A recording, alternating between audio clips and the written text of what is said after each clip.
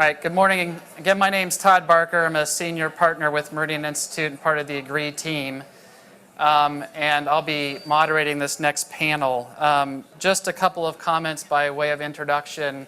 I will be focusing on the 5 priority strategies that you heard the co-chairs and Deb and Mill talking about in the previous sessions. I'm going to be asking them questions about some of the issues that I think AGREE will be diving into over the next 12 to 24 months as we work on developing concrete policy recommendations and recommendations directed towards the private sector and civil society. And you'll be hearing the panelists' personal perspectives on those issues that I'm raising, not formal AGREE positions, but I think you'll get a good flavor for the types of discussions that we've been having over the last year and expect to continue to have over the next year.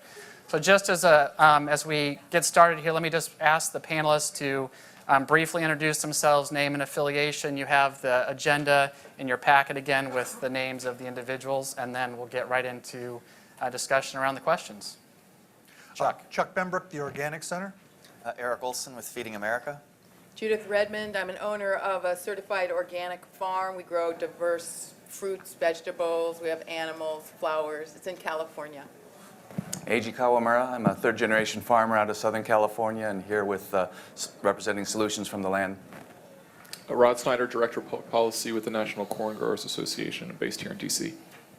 I'm Pat O'Toole. Our family owns a ranch on the Colorado-Wyoming line, Ladder Livestock, and I'm president of the Family Farm Alliance. We represent irrigated agriculture in the western states.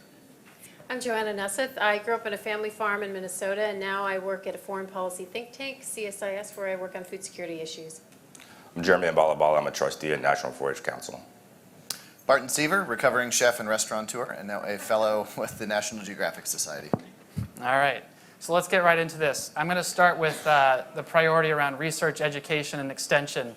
And in the AGREE discussions we've had about this issue over the past year, there really have been 2 different dimensions to this question that we've been looking at. And you heard the co-chairs talk a little bit about both. One is, how do we redirect the research priorities in this country to address some of the challenges that you all have identified as critical over the next several decades? So there's the question of redirecting, reprioritizing, shifting research investments.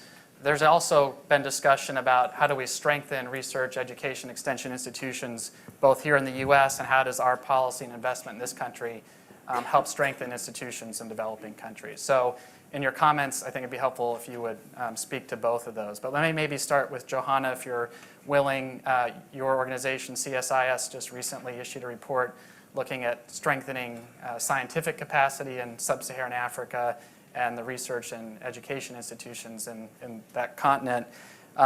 Maybe you could just talk for a few minutes about what kind of policy changes in this country you think are needed to help strengthen those institutions and why it's important from a U.S. perspective. Well, I think one of the surprises to me over the past year has been the really tremendous consensus around the need to focus on research. Everyone believes it's important. I think everyone really feels that public research needs to be strengthened. If you look at really doubling or dramatically ramping up production, you have to look, of course, at places that are really productive like the U.S., but also places that have just completely lagged in productivity. In the U.S. over the past 50 years, we've had a 12-time increase in productivity. In Africa, we've actually had about a 4% decrease in productivity. So there's enormous room for growth. We had a long legacy in the 60s and 70s of bringing African students to the U.S., educating them at Purdue and Michigan State and Wisconsin, and then sometimes keeping them here. Sometimes they'd go back home, but that's become enormously expensive. Funding for that and support for that has dramatically waned over the past several years. So what we're looking at now is how do you actually re-engage in building scientific partnerships.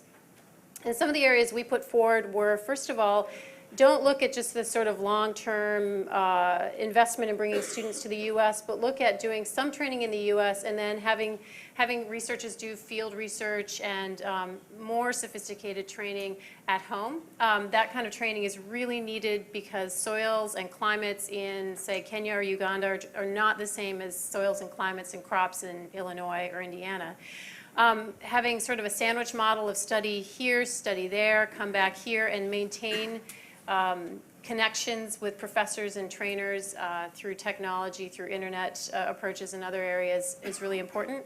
Second area is to really focus on building up institutional capacity. Over the long run, it's just not going to help to have university capacity in the US, but build individual capacity to strengthen institutions in Africa, to have regional hubs of excellence, and also to prioritize training in the ministries of education tend to do the training for agriculture, but the ministries of agriculture are the ones who actually need the students once they're out and need to employ them. So trying to link those two systems together better so that supply and demand are more closely aligned.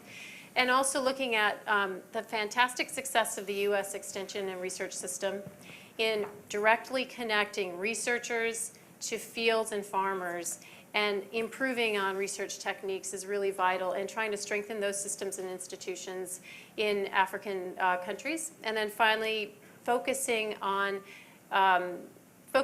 training that is going to be appealing to the private sector for food processing, food safety, and sort of the more sophisticated market-oriented food challenges. Thanks. So we can come back to the institutional issues, but maybe let me turn to Eric and talk about some of the issues around priorities and research priorities. And as you look at where we're currently making our investments in this country around research and education, what kind of shifts or new priorities do you think are needed? Well, I would really like to associate myself with the comments of the old balding politician, but I don't see him in the room. Dan Glickman, I thought he had it exactly right, where we need the continued investments in production agriculture to have the volume growth that we need with the environmental performance that we also need. But really figuring out how to make the research institutions plug into the big issues that are driving the public conversation around food and agriculture. I mean, Gary talked about the tremendous interest in young people in food. So you have public health and nutrition, you have food insecurity, you also have community food systems. And how do our research institutions channel that public interest in food and agriculture into research priorities and jobs for the future? Thanks. Chuck, you've talked a lot about both institutional issues and also priorities. Any comments you want to add? Or Sure. Well, one thing that's really refreshing about the AGREE group is that, we're practical enough to understand that if we have some areas we want to recommend more research funding in the future, we also have to have the discipline to identify some areas where we can reduce our current investments. Obviously, starting about in the mid-'80s, for 10, 15 years, there was enormous investment across the land grant system in the basic disciplines of molecular biology, biotechnology, genomics, that really has made possible the revolution in plant breeding that has occurred. But most people associated with the land grant system today feel that it's time to start investing more money again in more multidisciplinary problem-solving sorts of research. We've really allowed that part of the system to weaken to a degree that's really not sustainable. In the past, we've allocated research kind of by commodity or farming systems, but maybe in the future more research dollars need to flow to the underlying sciences that are going to help solve problems like climate change and obesity and nutrition. And I think the third issue that's going to be a lively and ongoing debate within AGREE is what we need to do in the public research system to deal with the growing influence of corporate dollars on the research priorities and the conduct of science. This is a very big issue because I think everyone recognizes that the private sector is going to play an even bigger role in the future in driving public research. So we need to start dealing with how the public's interests can be represented more effectively in that going forward. Judith, did you have something to add to that? Well, it's just to agree with Chuck that over the last 30 years, as private money has become more and more important at our land-grant universities, that's really changed the research priorities, and that we can identify a lot of areas that the public wants to have research and extension in, and that's not going to be possible. We can't direct that public if we're not willing to invest in the future of agriculture. Thanks.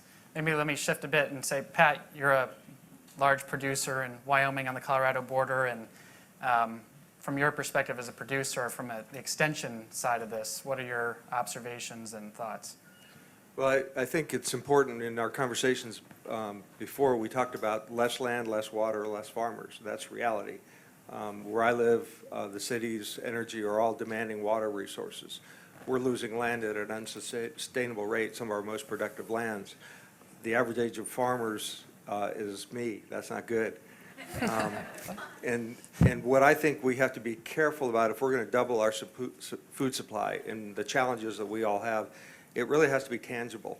It has to be deliverable. I mean, we aren't trying to do alchemy, which is, all these less resources and more food. We have to be able to deliver on the ground. And, I'm familiar with the Extension Service and the land grant system and research, and I think it's so important that we understand that it has to be not esoteric, but rather very, very tangible. Thanks. Others? AG? Yes. You wear a lot of hats here in terms of former secretary, strawberry farmer. Yeah, as a former secretary in California of the Department of Food and Ag, I think our biggest concern was the dismantling of an infrastructure which is important for agriculture, and certainly the research component of what this nation is with its food investment, and I think investment not cost is an important thing. The land grant system is such an important part of how we basically achieve the future that we're talking about. When we see this dismantling or this lack of investment in this part of our structure, it really sends shivers up, I think, the spine of all of us, because those of us who are farmers that have depended on the outreach and the extension to learn how to farm. You'll see China, you'll see many of these other countries investing enormous dollars because they recognize that it's an investment in their infrastructure for their food security, for their future. And this is where we have to get back and remember that, because we don't want to wait for crisis before we start to invest again. Okay, great. Other comments on this topic? I mean, I think this is, as you've heard from the co-chairs and this panel here, this has been a significant topic of discussion, something that we come back to over and over. I think on one hand, it's easy to talk about research, education, extension. On the other hand, when you start getting into the details and where you're shifting resources and how you really strengthen institutions, there'll be some challenging issues. But anyone else on this? Yeah, Barton. Well, I just think it's I come from a seafood perspective, mostly, and I found it always very interesting that there's been a near complete decoupling of food talk between agriculture and seafood.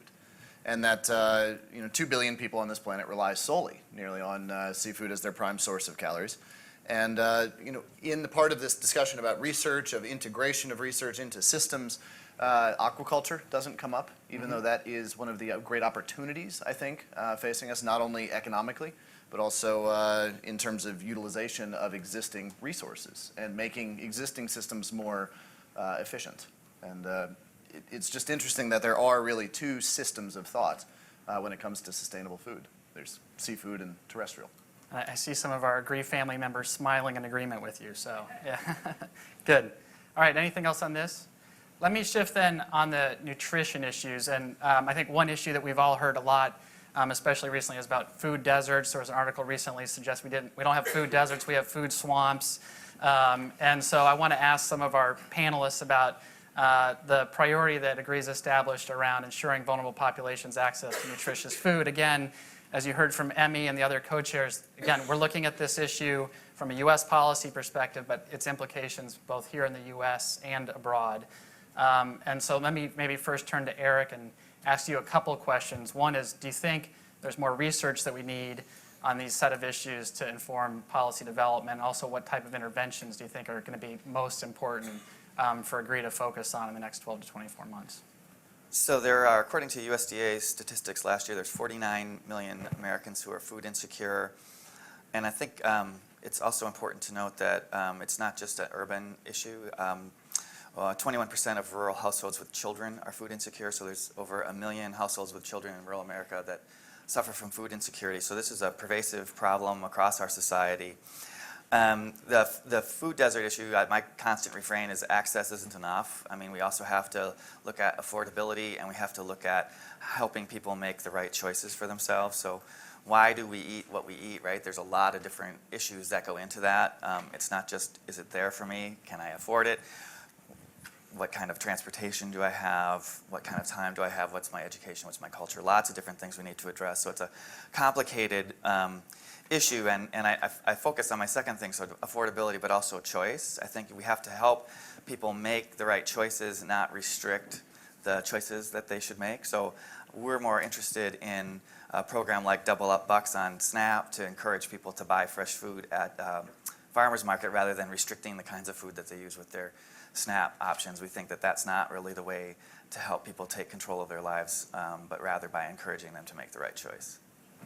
And do you have any thoughts about some of the priority interventions? Well, I think the question to me, so is we have, with the size of the need, and if you look at over the course of the recession, how SNAP grew 70%, there's now 46 million people, it's a $70 billion budget, as Emmy talked about. I mean, it's a huge investment, and it's actually a program that works, and yet we're facing really severe threats in the Congress, in the Farm Bill, and in the House budget to really dismantle or severely cut SNAP. And what we really need to address the problem of food insecurity in the short term is both a strong federal safety net as well as a strong charitable system.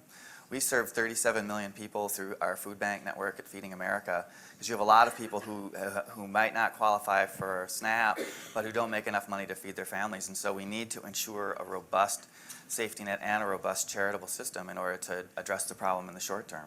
Okay. Judith, did you? I'm, Let me just say one thing too. Panelists, feel free to ask each other questions or disagree with each other and have some dialogue amongst yourselves. So. I mentioned that I'm a farmer in California. It's a 350-acre farm, and for 30 years we've been selling direct to the public through farmers markets, box schemes, and all kinds of other innovative approaches. And over the last 30 years of doing that, we've seen a tremendous, as someone earlier said, renaissance of very exciting approaches to addressing these issues of access and hunger and nutrition in all kinds of different communities. The farmers market that I go to is in a low-income community. So I just want to mention the strength and the effectiveness of these regional food systems, these many, many grassroots efforts, nonprofit organizations, local farmers connecting with consumers in helping to address some of the nutrition issues that exist on the ground in communities. Real regional, direct to the between farmer consumer, I think is an area of opportunity. And let me just circle back to something that Eric said, and others may want to address this, which is Eric said that, from his perspective and his organization's perspective, not advocating for limitations on the use of federal dollars in terms of access to different food choices, but in the AGREE context and the discussions, that's certainly been an area of contention and ongoing discussion where we have people with very different views about that perspective, and something that we're going to continue to discuss. And thoughts about how we continue to have that discussion, I think, would be useful. AG. I think it's really important to observe that the AGREE process, there was two ways to look about what we were all about, which was what is the capacity of this country or this planet to feed 9 billion people or whatever the number is going to be? What's the capacity? And then the second part is, will we have the will to feed all those people? Those are two different issues, but the AGREE process has basically agreed to basically embrace both of those concepts and bring them together, because they are two different things, but they have to rely on each other. You cannot feed the whole planet if you don't have the capacity to do it. Having the will to do it is another thing altogether, and yet if we're not all working towards a place where we want to go, nothing happens. So that's what's an important part of when we talk about nutrition or some of these other components, infrastructural or whatever. This AGREE process has been all about bringing everybody in the room and recognizing agriculture is big, it's small, it's organic, it's conventional. Let's get beyond that. Let's make some solutions. Thanks. Yeah, if I can just build on that, I think for too long the sort of nutrition and public health communities and the anti-hunger communities have been in opposite, and what we really need to do is find the win-win solutions. So how do we get access and how do we help people make the right choice? Not work against each other, but figure out ways to work together to address both food insecurity and public health, because they're both really compelling needs that we have to do, and I think the research component can play into that too. Yeah, and we've also had some, I think, very interesting, productive discussions about the role of the private sector as well in this issue. At the last AGREE meeting that we had here in Washington, D.C. about a month ago, we had some private sector representatives come in. And Chuck, you've talked quite a bit and very passionately, I'd say, about the importance of nutritious food and its role as preventative health care, and that's a topic that's come up quite a few times, not just from you, but others. Maybe you could talk a little bit about what you mean and also what role you see for the private sector. Okay, Todd. Well, first of all, Emmy and Gary in the opening comments stressed the fact that all of us participating in AGREE have made a commitment to going after solid science-based evidence to try to inform the direction that policy needs to change, but also take it a step further and use this incredible opportunity AGREE has. I've been in the business of doing policy studies my whole life, and I never had an 8-year project with a guaranteed budget to work with. This is a rare opportunity for a group of people to struggle with issues. I see Sarah Lynch. We've been dealing with the same issues for 30 years, and they haven't changed that much. And one of the reasons is that there hasn't been an opportunity to continuously move towards clarity and ideas in the policy arena and then advocate them. But we've talked a lot about nutritious foods. Well, who can define a nutritious food? This is one of the things that I think AGREE will take on. We have a very talented science committee that has informed our deliberations. Members of the science committee attend all of our larger meetings, and I think AGREE is going to contribute some new thinking to the development of analytical systems to help define and measure what a nutritious food is versus one that is less nutritious. And with that sort of tool, we can begin to ask questions and provide answers. Is pizza a vegetable? Should it be considered a vegetable under the school lunch program? Well, we can, as Dan Glickman would say, we've argued that point on the basis of regional politics and commodity group strength for the last 50 years, but maybe we should argue about that based on the science of what's in that pizza.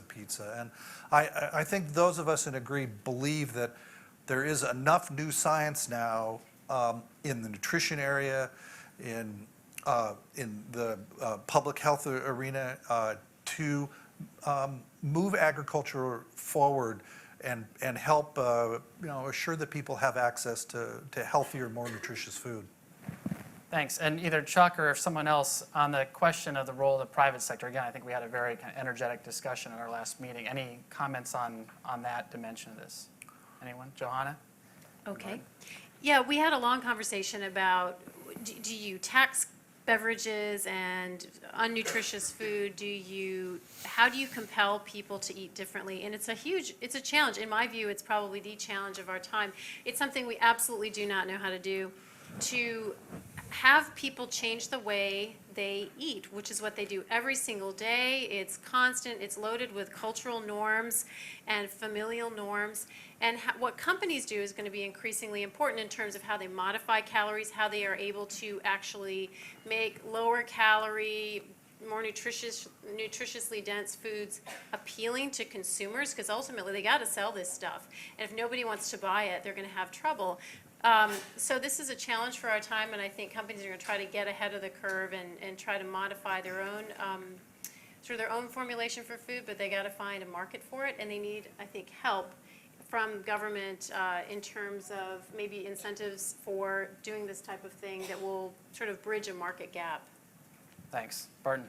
I actually have kind of a question for the panel, if they will. And Chuck, pleasure to meet you. I'm Barton. Sorry, Barton. missed you at dinner last night.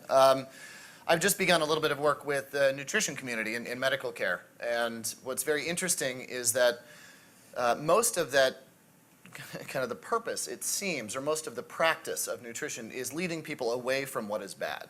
But it's not necessarily leading people towards what we know to be good.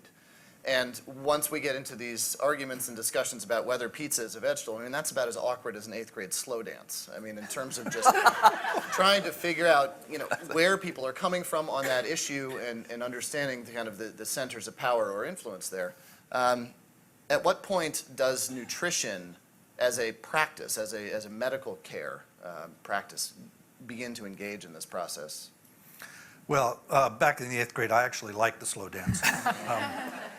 Well, I think the nutrition community is in many ways engaging the public in a much more effective dialogue about how their food choices affect health. And obviously the government's put an enormous amount of resources into trying to get people to increase their consumption of fruits and vegetables. But the data shows that last year the actual average per capita consumption of vegetables went down a little bit among adults. So we're despite a lot of effort to educate people and promote consumption of fruits and vegetables, we're not making progress. We're maybe even slipping.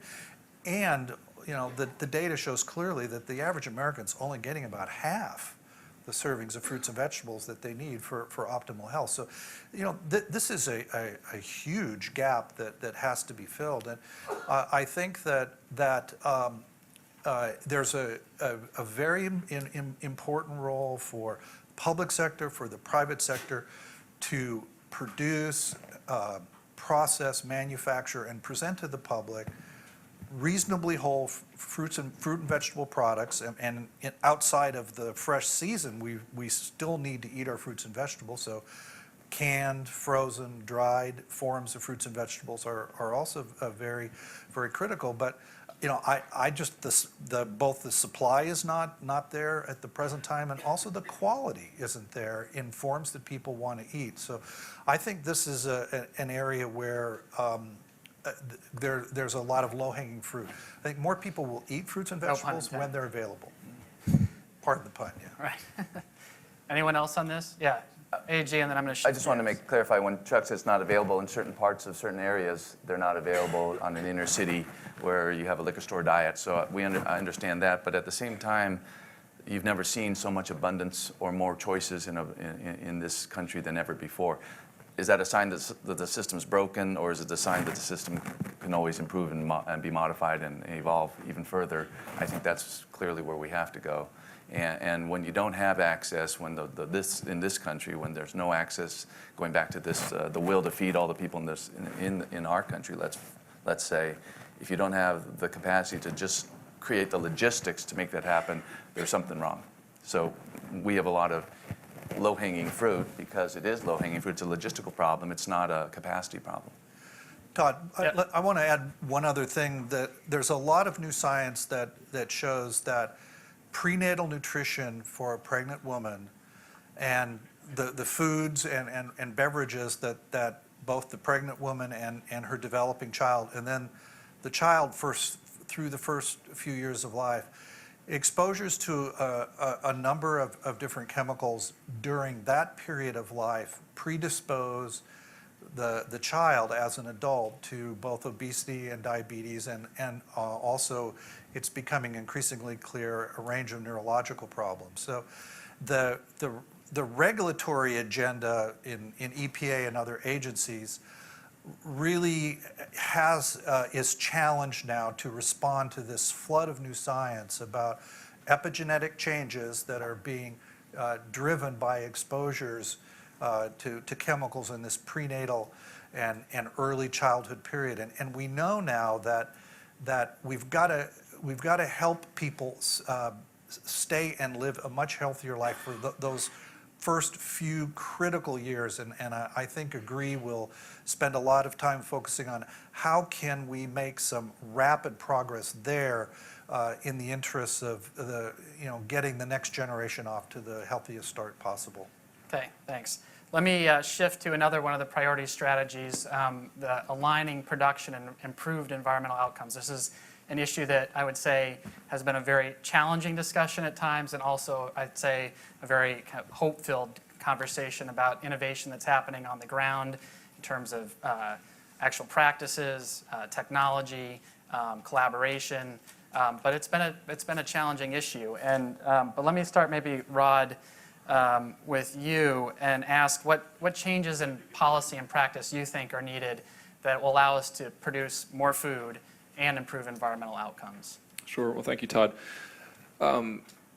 I feel a little behind the curve. This is my first sort of interaction with this really incredible panel, and we're tackling a lot of huge issues, and this certainly being one of them. I think it's important to acknowledge, to start out, that the advancements that have been made in agriculture in the last 20, 30, 40 years is tremendous, and that also includes environmental improvements that have come along with technological advancements. The National Corn Growers Association got involved a few years ago with the Field to Market initiative to better understand sort of the sustainability of a lot of the major commodities in the United States and the progress that's been made and where we need to go. And the data is pretty remarkable. I just jotted down a few notes because I think it's important, particularly when you're looking at yield trends and resource impacts. We've seen a 69% decrease in soil erosion per bushel of corn, 37% decrease in energy use per bushel of corn, 27% decrease in water use per bushel of corn, 30% decrease in greenhouse gas emissions per bushel, and 37% decrease in land use per bushel of corn. And when we're talking about meeting tremendous demand and all of the challenges about feeding 9 billion people, we have to do more with less. You know, we don't have an infinite amount of land to work with. So these trends that we've seen in the past 20 or 30 years, I think, are very encouraging, and we always talk to our growers about continuous improvement. With that being said, there obviously is still a lot of work to be done, and probably with fewer resources. We're in the midst of a Farm Bill discussion right now where we know that every title of the Farm Bill, including the conservation title, is going to see some hits. There's going to be some reduction in funding. There's just no way around it, and the commodity groups have certainly understand that fact. And so how do we do more with less? One of the things that I think is really important is understanding the outcomes of where we're spending these conservation dollars. So USDA a few years ago began implementing a program called the Conservation Effects Assessment Program. CEAP is the acronym, which takes a look at a watershed or a specific basin and calculates and aggregates all the conservation practices that are happening within a particular region, and then calculates out what are the actual environmental improvements that we're getting from those federal dollars that are being spent in that particular geography. That surprisingly wasn't done before, and so we were spending a lot of money and not really knowing what the outcome was, and it really helps us sort of shift from a paradigm of sort of prescriptive practice-based conservation programs to more of an outcomes-based, where we have a better sense of what we're getting for the federal dollars that we're spending. We've been very supportive of CEAP and of these types of measurement programs that USDA is doing. And the one other piece I'll add quickly is that there is a greater need, I think, for regulatory certainty, which has been mentioned a couple times already this morning. You know, the environmental laws in this country are complicated and vast, and they overlay one another. And sometimes, you know, for a farmer who does not have a tremendous number of staff or employees to handle all the paperwork and the environmental regulations, and we're not talking about massive companies here. A lot of times we're talking about just a family and, you know, maybe a brother and a son and a wife and a daughter. To be able to simplify those processes and have a better understanding of what the actual regulations mean on the farm, I think is important. And there is a really, I think, unique and good conversation happening right now about how do we break it down and help farmers understand and have greater certainty that if they are doing certain practices on the farm and they are achieving certain outcomes, that they do have some safe harbor or regulatory protection if they're good stewards and they're working proactively towards these goals. We've seen that with sage grouse. USDA has a program on sage grouse. There's starting to be some conversations around water quality, that if, you know, farmers are taking the extra step, can they get some regulatory protections? We think that's a very positive discussion and one that, you know, could yield some fruit in the future. Thanks. Pat, we'll come back to sage grouse in a minute, but let me turn to AG maybe for a minute and ask you a couple of questions. One, you've talked a lot about the importance of technology and innovation in this space to improve production and environmental outcomes. And also, I'd be curious from your perspective as former Secretary of Ag in California, what you learned about the role of regulation in dealing with some of these difficult environmental challenges that we're facing. Well, this actually goes back to that first question, talking about how do we align the research and the research efforts in this country to really fit the 21st century. I think a lot of us would like to leave the 20th century behind, but we're still bogged down in that a lot in the way people look at agriculture. But in this 21st century, what we're seeing a really amazing convergence, if you will, of a food shed, a watershed, and an energy shed. We're seeing in California, for example, the ability to take dairy waste and manure and turn it into a system that gives you a fuel either to run your processor plant or put it into your trucks and delivery trucks in a compressed way and have a liquid fuel source for your trucks. Now you're creating this idea that in each region of this country, you may be able to see that you go off grid with energy. You go off grid with your food shed, which is your production capacity. You go off the grid with your ability to maintain water and water quality. These are all technologies that are maturing at this time, where if you looked at 20, 30 years ago, they weren't quite there, although they were talking about them. And yet, our biggest challenge in California was we were not aligned, in our regulatory system was not aligned. In fact, we were punishing the early adopters. And the minute this country or our individual states recreates an alignment within the agencies, might be water, might be air, to encourage innovation, to encourage the adoption of these new technologies and these new convergent technologies to create whole systems. And that's what we're talking about. In this century, we're talking about managing life systems and resources. You might call it agriculture, you might call it something else, but that's what I think we're all about, managing systems. And as we learn to do that, the alignment that can come out of, for example, our AGREE process and some of the many other processes out there helps us put that framework so we can get progress, as opposed to putting early innovators, early adopters out of business. And we all know, unfortunately, stories of guys that have gone out there trying to do something innovative, and they've been just whacked on the head or in the pocketbook with friction costs, and they've gone out of business. What a tragedy. Okay, thanks. Judith, maybe you've been farming a highly diversified operation for decades. I'm wondering what lessons you've learned about increasing production and dealing with conservation issues and environmental. Well, I think the lesson may actually have been in work that I did with a nonprofit in some ways, but in terms of just my business, our farm, I think that what we've learned is that you can, with careful attention and stewardship and management, make incredible environmental gains. You can take care of the water quality. There's a river runs right by my land. You can take care of air quality. You don't have to use chemical pesticides and fertilizers. In fact, you can use products that work very well with nature, and you can have very good yields and high yields compared to other systems. So that's what we've learned. It takes management and attention.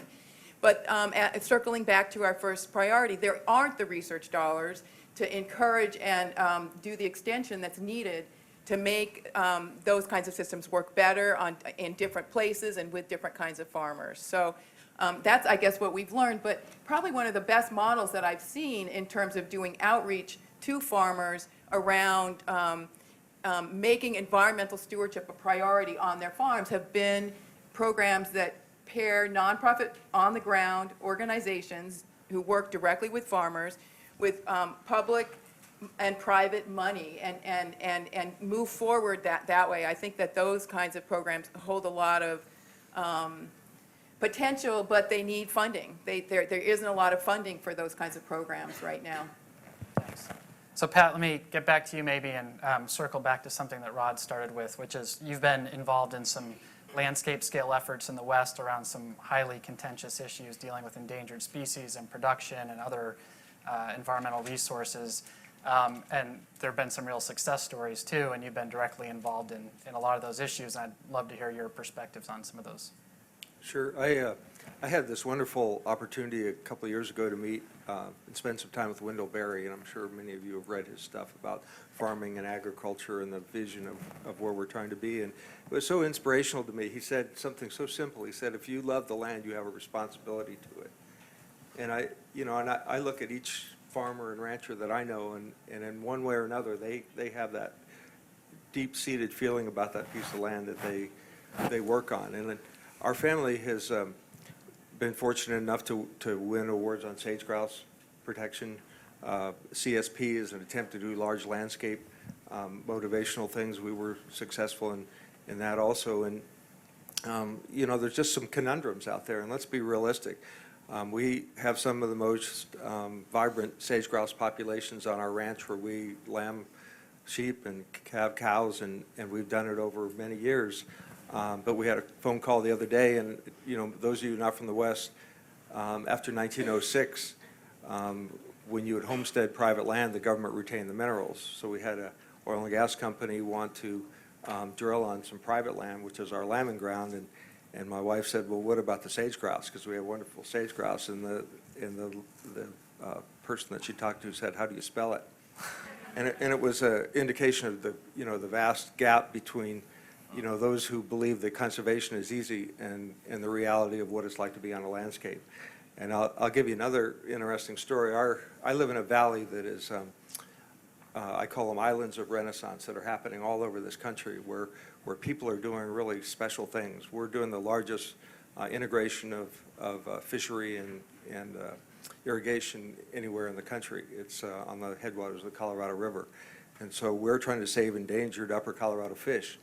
I went out last week, and there's a pool where we have great fishing, and my daughter has built up a great fishing business. Ironically, there were 8 blue herons in the trees, and they've established a rookery to eat those fish. So, as we go forward, there's a lot of challenges, and I think the most important thing we have to realize is that, the American farmer and rancher is a huge success story. It's maybe one of the great success stories of Western civilization, but what we have to do is realize that nothing is free, and if we're going to cut $6 billion out of the conservation budget, it will have implications. Chuck? Many people in the room that I've known for a lot of years would agree that the conservation provisions in the 1985 Farm Bill were one of the truly inspired steps forward in policy embedded in a modern farm bill. Here we stand. I remember talking with many of you, and we would say back in 1990, as the programs were getting put in place, well, the real test of this policy will be the next time market prices are really high, farmers want to bring marginal lands back into production. Well, that time has come. We're going to plant 95 million acres of corn, about at least 10 million of it on land that would have been considered marginal for corn production. Overall crop production probably up 10, 15, 20 million acres compared to 5 years ago. Substantial acreages of land coming out of the CRP, and with the end of direct payments and the shift of public support to the crop insurance program, without any clarity whether conservation compliance is going to be attached to the flow of public dollars through crop insurance, we're really looking at dismantling what has been 3 decades of very effective, broadly supported conservation policy. And if that happens, AGREE will not be the only group that is challenged to come up with what's the conservation policy for the next 30 years. So I think this is, Emmy spoke about the urgency of the situation. In this area of federal conservation policy, it's an extraordinarily urgent period because of the combination of what's going on in the market and the policy arena. Thanks. Barton, maybe I can turn to you. I remember I saw a video clip where you were speaking, I don't remember the exact words, but you were linking deliciousness with conservation and the environment. Can you say a little bit more about that? The purpose of saving something is so that we can continue to use it. You said that we are managing systems. That's what we were doing. We are managing systems of use. And that's something I think that is not often, I think, put forth as clearly or sort of lucidly as possible. Getting back to my beloved fish here again, a fishery is an economic system. And oftentimes we don't necessarily think of it as such. We think of it as a fishery as an ecological system. But we don't think of farms that way. And so it's sort of getting down to a point of really identifying things by their value to us, not as a commons, not as something to be gathered or aggregated by individuals, but commons rather in true Garrett Hardin sense, and the tragedy of the commons is no longer having access to that which we need. And so therefore the value of the commons is in continuing access. And delicious to me is just a really good way to get people to start thinking about that, because if I ask you, hey, have you thought about what you're going to have for dinner tonight? Most people would say yes. But if you've thought, hey, have you considered ag policy this morning? Well, everybody here would say yes, but the vast majority of people in the world would say no. And so it's just a point of reference, a point of relevance. Great. Okay. Let me shift gears again and turn to fourth priority about attracting young people to food and agriculture. I'm going to start with Jeremy. Jeremy, I believe your mother is from the U.S. and your father is from Kenya. You're on the National 4-H Council Board. You're a young entrepreneur, and you have made it a personal priority and commitment to focus on attracting young people to food and agriculture, both here in the U.S. and in sub-Saharan Africa. And I'd be particularly interested in why you think it's important that Americans should care about attracting young people in sub-Saharan Africa to food and agriculture. Well, in a world already grappling with changing climate, water shortages, famine, and disputes over land, the future presents new and profound challenges. Africa is at the forefront of these problems. We're reaching a crisis point as dramatically increasing food demands are placed on already stressed farmers and the entire agricultural industry. Hunger kills more people than AIDS, malaria, and tuberculosis combined, and the problem is only growing worse. Food production must double by 2050 to meet the population growth in developing countries. And Emmy talked about the population growth in sub-Saharan Africa had grown by 240 million people in the next 10 years. Every day, the global demand for food increases by the size of the entire population of Des Moines, Iowa, which is about 270,000 people. So how do we combat these problems?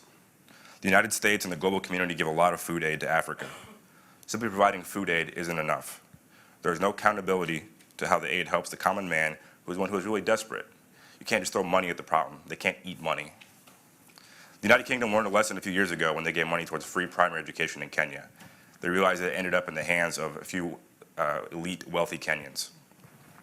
There's a huge disparity of wealth in sub-Saharan Africa. And although in many areas the gap is slowly starting to close, it's simply not fast enough.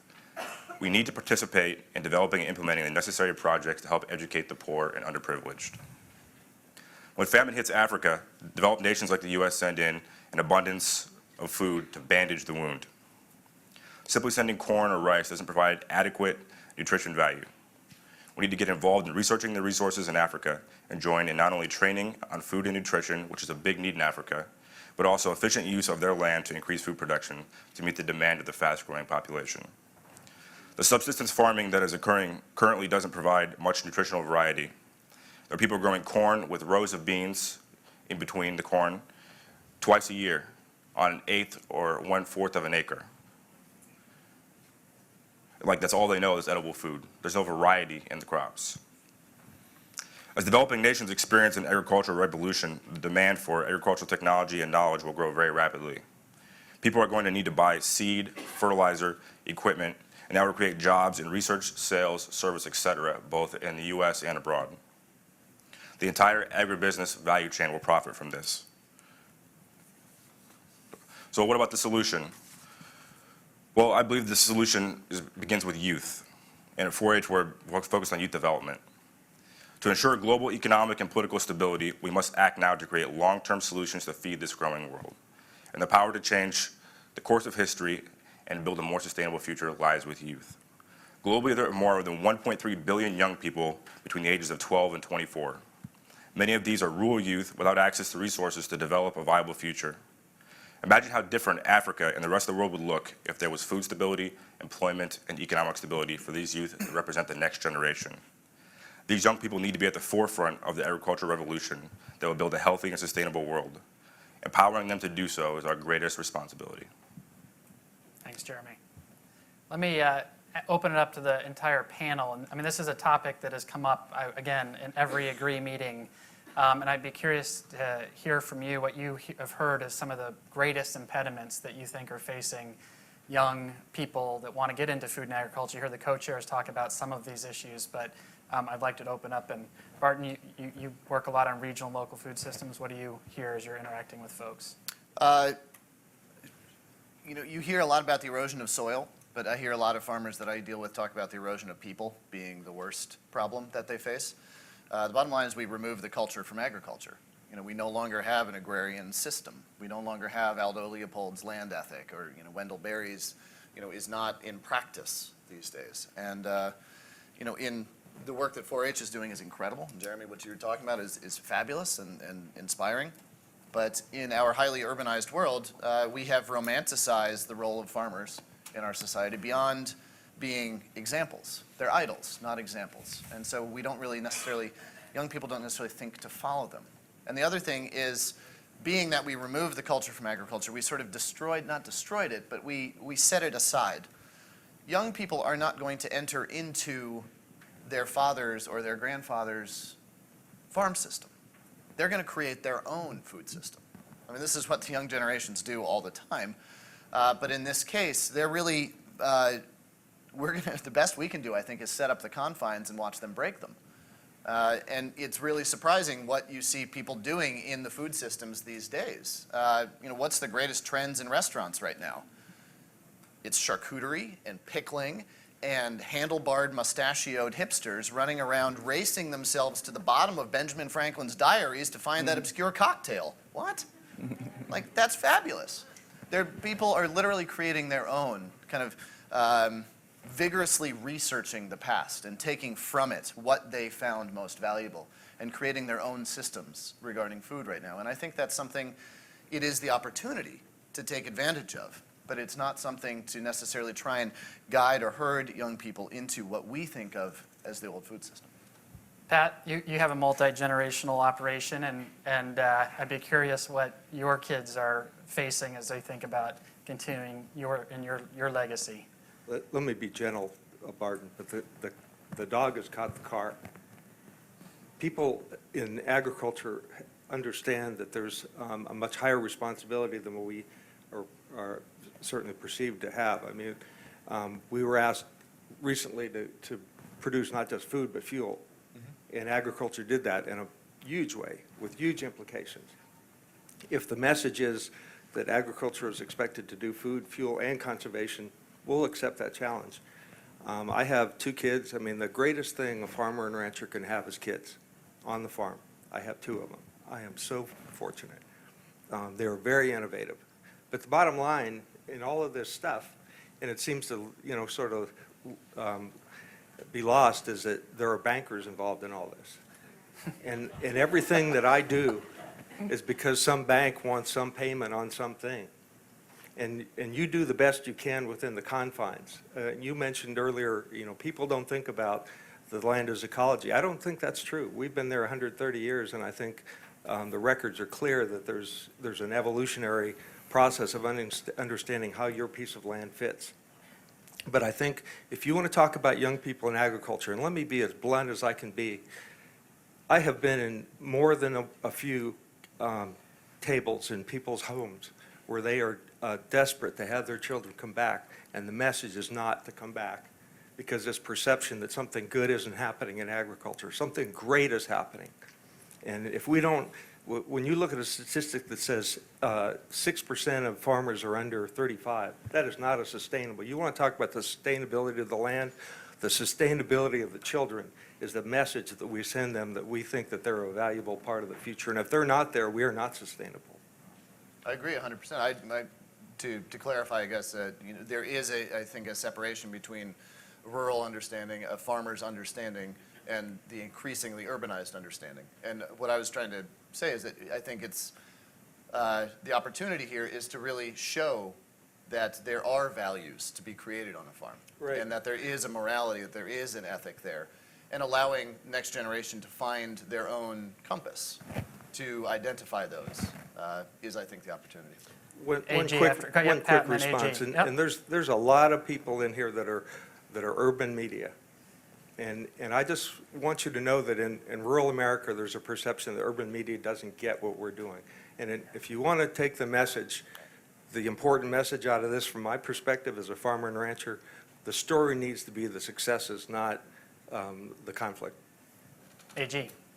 Secretary Glickman mentioned that there's a renaissance of agriculture taking place. I am in full agreement with that because I'm seeing an amazing thing. My operation, my farm has been described as an edible landscaping operation in Southern California. We're in between the buildings off the freeway. We look for pieces of land. We don't own the land that we farm on. And yet there's a tremendous new movement, I think, for what an urban agricultural experience could be. There's a famous urban planner named Andres Duany. He's the father of this concept, the new urbanism, and in his discussion he talks about agricultural urbanism. And interestingly, you guys were talking about fairways and golfing. He says, no, agriculture is the new golf in this century. And when he made that comment in front of a bunch of urban planners, it's eye-opening because you start to realize that, yes, of course, we need agriculture big and small. We're going to have all kinds of systems to feed this planet, but the fact that your rooftop, your backyard, your community garden, pieces of ground can be turned into edible production sites that help plug people back into agriculture, that's a pretty exciting point of where we are. And when the food, the cultural aspect, and the culture of agriculture is exactly what we're talking about, as you start to bring these things back together, there's a realignment, I think, in the thinking. And you were asking, what's the impediment for bringing people into agriculture? That's the impediment. They don't recognize how exciting it is. In our state, the Secretary of Labor mentioned to us, agriculture in California is the 5th largest economy in the world. The 5th largest ag economy in the world comes out of California. And she said in a hearing, this is the Labor Secretary, she goes, what's wrong with you guys? Agriculture should be a career of first choice. In fact, I guess and I expect it will be if you guys continue to work in the areas that you're trying to work in. And it's an exciting time then, because agriculture is not just food, it's energy, it's all kinds of different things that bring it all back together. So it's an exciting time, and it can be at the smallest level, or it can be in an enormous, larger structural setting that actually has to take place as well. And the ocean and aquaculture, hydroponics, that's just getting started, and yet it's an exciting area for people to be excited about. And I know if Jim Mosley was here with us today, you'd be hearing some very compelling stories about this particular issue. So maybe let me shift, unless there's anything more on this, let me shift to our last topic, create a stable legal workforce. No small issue in front of us, but one that, as Deb and the co-chair said, again, has come up consistently as an area of strong agreement among the AGREE family that this needs to be a priority in the next 12 to 24 months. So let me ask maybe a few of you just to get this started, and AG and Pat and Judith. I think you all have different perspectives on this issue, but maybe AG, I can start with you. Again, from California, former Secretary of Ag.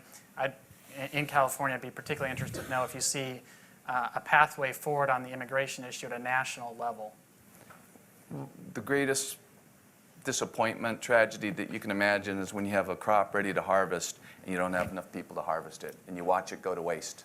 And I think so many of us have actually had to watch that or experience that in our times, that it just makes you mad that we can't figure out why there's not a solution. I'd like to jump ahead to 2030 and say that by the year 2030, it's pretty clear in my mind that we'll have a North American system that's actually really, really good. Now, how do we get to that system in 2012 and this next year, 2013? There's an ag jobs proposal out there. It might not be the perfect fit, but it allows at least to eke out a position for the agricultural entities of our country to get out of this moving bullseye on our foreheads and our backs of being shut down overnight because this country doesn't want to guarantee its food supply. I could get on my orange crate and talk all day about this area, but I continue to think that it can't be that difficult if everybody comes together and just realizes it's an injustice to the folks that are doing all the amazing work on our farms. It's just absolutely a tragedy to think that they are concerned about whether they can get home at night or not show up, and the families are going, what happened to them because they got taken away in a sweep, an immigration sweep. And so why it became one of the highest priorities, it's because it's one of the greatest vulnerabilities we all have. Judith? From my perspective, and I think the perspective of a lot of farmers, we would like to see in 2030 that the labor market in agriculture is legalized, that the flow from here to Mexico or from here to Central America of workers back and forth that they have work visas, that's a legal flow back and forth. All of us depend on those workers all the time. And as an employer, obviously, I depend on them for work, but all of us depend on the work that they do all the time. And for us to imagine somehow that we don't is, we're just sort of living, that our society doesn't realize how important it is. So I grow fruits and vegetables. Probably 60% of the expense on my farm is related to labor. Labor is my biggest expense. Earlier, Pat was talking about the banker and so forth. I think there's been a lot of conversation about how agricultural households are really very well-to-do. And I think if you look at agricultural households, the reason that they're well-to-do is actually because they're relying on outside income. If you look at farm businesses, many of them, more than half of them, have negative net income. And so although at my farm we've made a very, very strong commitment to our workers. We have a very, very professional workforce. Many of them have been there for 20, 25 years. We've tried to provide year-round work. So we've tried to do a lot of things that have, I hope, benefited the workplace there. It's really a very difficult thing because we would love to see the wages go up. We would love to see that agricultural workforce not be the one that when you look at the tables, it's like the lower paid one, because we think of them as highly skilled and highly professional. So yeah, we would like to see that workforce legalized because for all the reasons that I've just mentioned, and also because I think that if that and when that workforce becomes legal, that will elevate the conversation around their jobs. They will be able better to advocate for themselves. They will be driving around with insurance on their cars. They will have driver's licenses. It will make those jobs, in some ways, we will all recognize that those are professional, skilled jobs, and perhaps more of us will want to be applying for those jobs when they're open. So it's a very important thing to farmers, I think, to see that that workforce should be legal, that workflow of people back and forth should be legal. They should all have some sort of work visa in 2030. And Pat, just, I mean, to say, I think this has been a discussion where all the folks in the Agree family, no matter where they live, so Carl Mattson, a wheat farmer from Montana, Gary in New England, you in Wyoming, and this is an issue that producers of all sizes and all locations are confronting. What's your experience? Let me tell you what's happening in southern Wyoming today. My daughter, Megan, has a Tiernan on her back and a backpack, and my wife, Sharon, is with the two other preschool kids behind a bunch of sheep with border collies running around, and they've got sticks and they're poking them up, and only half of the sheep shearers are there because the H-2A program isn't working. And when Senator Bennett from Colorado a couple of weeks ago said, how come the Department of Labor has dropped their expectations on H-2A from 90% compliance to 57% compliance, that means that real things happen to real people. And if we don't figure that out, I mean, these sheep are full of lambs. They've got to be trailed 50 miles after we shear to get to the lambing ground next week. That's my personal story, and it's being replicated all over the country. And you know, when AG talks about crops in the field, or you hear about the things in Alabama where they thought they could bring in prisoners to replace farm workers, that didn't work. That didn't work. We just have to become very cognizant that all of the pieces have to work for agriculture to work. Thanks. Anyone else on this? Todd, just up in the Pacific Northwest where I live, there's some really promising new efforts underway. There's a strong desire, particularly on the west side, where there's most of the people and most of the sort of new foodies discovering new ways to grow and process and make food available. There's a real commitment to trying to convert seasonal migrant agricultural jobs into season-long jobs where people can become part of communities and put their kids in a stable school situation. And there's broad support at all stages of the food value chain for that.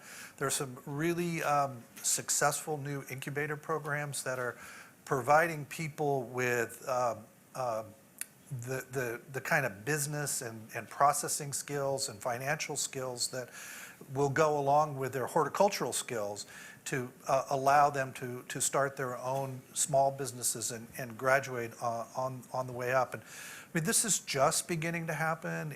There's a lot of people interested in it, and I think it's an area ripe for public and private policy to make it a little easier, because let's face it, farming, it's a complex, dynamic business. It's easy to lose your equity in a year or two if things go badly. So I think this next generation of farmers are going to need a lot of new tools and help to get them into stable career paths. Okay, I think we're all done. Thank you very much. We got through 5 topics in just over an hour. And we're gonna bring the co-chairs back up now. We have questions from all of you that you would like to address to the co-chairs. So I'm gonna ask our panelists to exit stage right. Our 4 co-chairs will come up. Anyone with a mic that you can hand off would be great.